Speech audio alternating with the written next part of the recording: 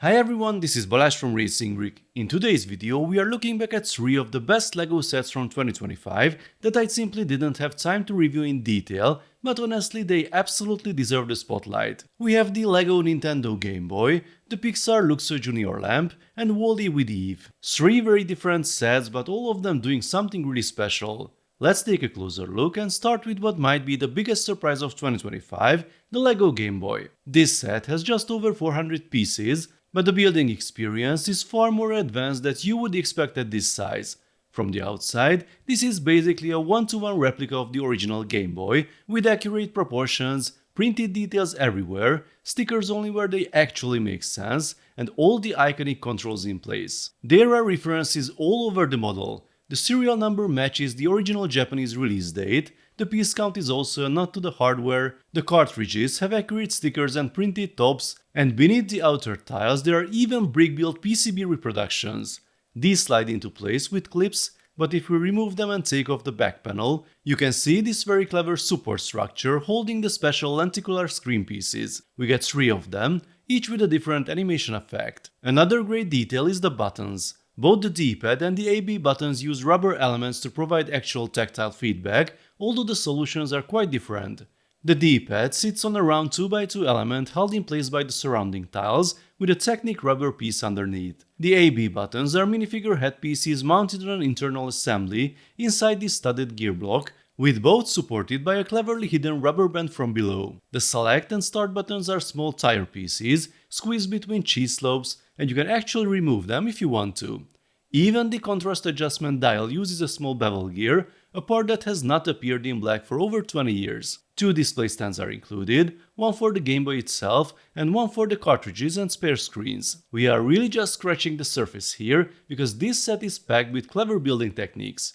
Looking only at the classic price per piece ratio, this might seem expensive, but once you see how much design work and mechanical complexity is packed into such a compact build, I think the price makes a lot more sense. It actually reminds me a bit of Leonardo's Flying Machine, another set where the value comes from clever engineering rather than raw part count. I'm not even a Nintendo fan, I never owned a Game Boy, but as an AFOL I found this build absolutely fascinating. Next up is one of the most charming LEGO idea sets in recent years, Luxo Jr. The iconic Pixar mascot is brought to life with 2 highly specialized elements connected by Technic pins. The shade is such a defining part of the design that I understand why LEGO created dedicated pieces for it, although I'm curious where else they might appear in the future. This build is also packed with Easter eggs, with tiny Pixar references hidden in the base, an amazingly cute Pizza Planet truck inside the light bulb, and additional character references built into the ball. And the ball itself is surprisingly spherical, by the way. I really like how that came together. When I first heard about this set, I assumed most of the articulation would rely on Technic joints, but those parts are mainly structural. The real trick is here. These 2 rubber bands disguised with ripped hoses help to recreate that iconic jumping movement. If you remove 2 elements from the ball and place it on this small stand, you can even recreate the classic squashed under the lamp pose. There is also a ball joint for the lampshade, so the head can move freely and the base rotates as well. The piece count and the price are both higher than the Game Boy, yet this feels like a somewhat simpler build overall, so this may be one worth picking up at a discount if you can. And finally we have Wally and Eve, and this might actually be the most complete package out of the 3 sets in today's video. Besides the 2 main characters, LEGO also included Ammo the cleaning robot, Hal the cockroach, the boot with the plant, and even a trash cube for Wally's storage compartment. What impressed me the most here is how much functionality is included at this scale. Wally in particular is an excellent design. Despite being smaller than the 2015 LEGO Ideas version, this new model is more accurate in several ways.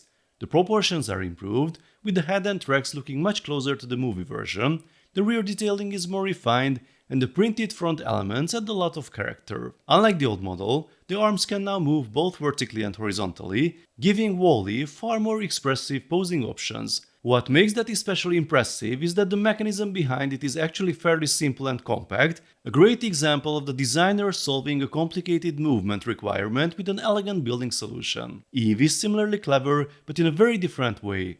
Her shaping is extremely clean and smooth, and the way the arms integrated is particularly well done. They fold neatly into the body when not in use, then rotate outward and upward for different poses while keeping the silhouette almost seamless. They are not perfect though, you need to pay attention to the orientation of this part here if you want the arms to close flush against the body. Another nice touch is that the boot with the plant is properly sized to fit inside Eve's body, just like in the movie. Even the cleaning robot received more attention than expected. His head rotates in multiple directions, and the arms move enough for him to recreate his cleaning motion. Of course, there are some compromises. Wally uses a few yellow elements mixed into the orange bodywork, and Eve's head is perhaps a little undersized compared to the body. But overall, this feels like one of those sets where the designer clearly understood the source material and focused on what actually matters: proportions, personality, and functionality. It's a compact set, but there is a lot of clever design packed into it. And honestly, I think the pricing is very fair considering the building experience, the inventory, and the fact that everything is printed. The price is even better here in Europe at retailers, where you can find it already around 50 euros. It feels like an excellent value. So these were 3 sets from 2025 that I never got around to review in detail, but after finally spending some time with them, I can confidently say they absolutely deserve more attention. None of these are huge flagship sets, none of them rely on electronics or gimmicks, and yet all 3 stand out because they are simply very well designed. Honestly, this is the kind of LEGO I enjoy most, sets where the designers clearly had to think creatively to solve interesting challenges. They are fun to build, they have real functionality, and despite the licensing, they are not just static display pieces. So if you skipped any of these when they came out, they might be worth a second look. Let me know in the comments which one is your favorite, or if there are any other great 2025 sets you think deserve more attention. Let's talk about it in the comment section. If you enjoyed this video, then please give it a thumbs up, and don't forget to subscribe with notifications, as more exciting LEGO videos are coming soon. See you next time, bye bye.